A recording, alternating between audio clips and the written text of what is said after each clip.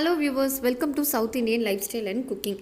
நம்ம சேனலில் இன்றைக்கி பார்க்க போகிற ரெசிபி ரொம்ப சிம்பிளாகவும் ஃபாஸ்ட்டாகவும் செய்யக்கூடிய லெமன் ரைஸ் தான். வாங்க எப்படி செய்யலாம் பார்க்கலாம். அதுக்கு முன்னாடி நம்ம சேனலை சப்ஸ்கிரைப் பண்ணாதவங்க மறக்காமல் சப்ஸ்கிரைப் பண்ணுறங்க.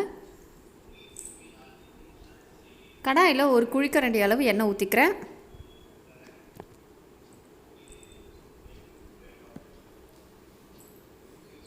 எண்ணெய் காஞ்ச பிறகு அரை ஸ்பூன் கடுகு உளுந்த பருப்பு சேர்த்துக்கலாம். அரை ஸ்பூன் சீரகம் சேர்த்துக்கிறேன். அரை ஸ்பூன் உளுத்தம்பருப்பு, அரை ஸ்பூன் கடலைப்பருப்பு சேர்த்துக்கலாம். இது ரெண்டும் பொரிஞ்சு வந்த பிறகு 2 காஞ்ச மிளகாய் சேர்த்துக்கிறேன். கூடவே 2 பச்சை மிளகாய் கீரி சேர்த்துக்கிறேன். இது எல்லாத்தையும் நல்லா வதக்கிக்கலாம்.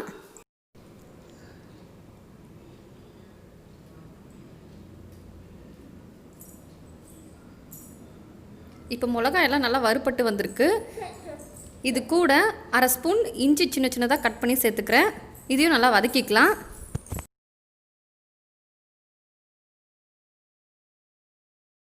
கொஞ்சோண்டு கருவேப்பிலை சேர்த்துக்கிறேன். இதையும் நல்லா வதக்கிக்கலாம்.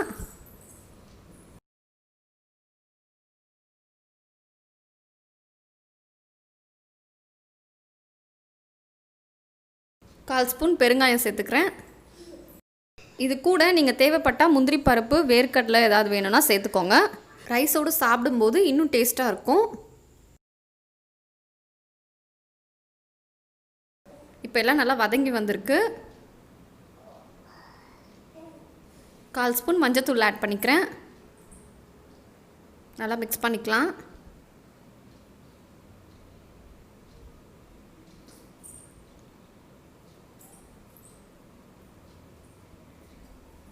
நான் இன்றைக்கி லெமன் ரைஸ்க்கு 3 லெமன் எடுத்து சாறு பிழிஞ்சு வச்சுருக்கேன். இப்போ அதை ஊற்றிடலாம். இப்போ ஸ்டவ் ஆஃப் பண்ணிடலாம். இப்போ நல்லா அந்த ஜூஸை மிக்ஸ் பண்ணி விட்டுடலாம். சில பேருக்கு லெமன் ரைஸ் சாப்பிட்டா கோல்ட் ஆகும். அந்த மாதிரி ஃபீல் பண்ணுறவங்க லெமன் ஜூஸை நல்லா கொதிக்க விடுங்க இந்த ஸ்டேஜில். அதுக்கப்புறம் ஆஃப் பண்ணுங்கள் ஸ்டவ்வை. அப்போ கோல்டு வராது. இப்போ தேவையான அளவு உப்பு சேர்த்து மிக்ஸ் பண்ணிக்கலாம். நான் இன்றைக்கி வடித்து வச்சுருக்கேன் 2 கப் ரைஸை இப்போ இதெல்லாம் ஆட் பண்ணிடுறேன். இப்போ ரைஸ் உடையாமல் பொறுமையாக மிக்ஸ் பண்ணிக்கலாம். பார்த்திங்கன்னா நல்லா மிக்ஸ் பண்ணியாச்சு. இதை ஒரு பிளேட்டுக்கு ட்ரான்ஸ்ஃபர் பண்ணிடலாம்.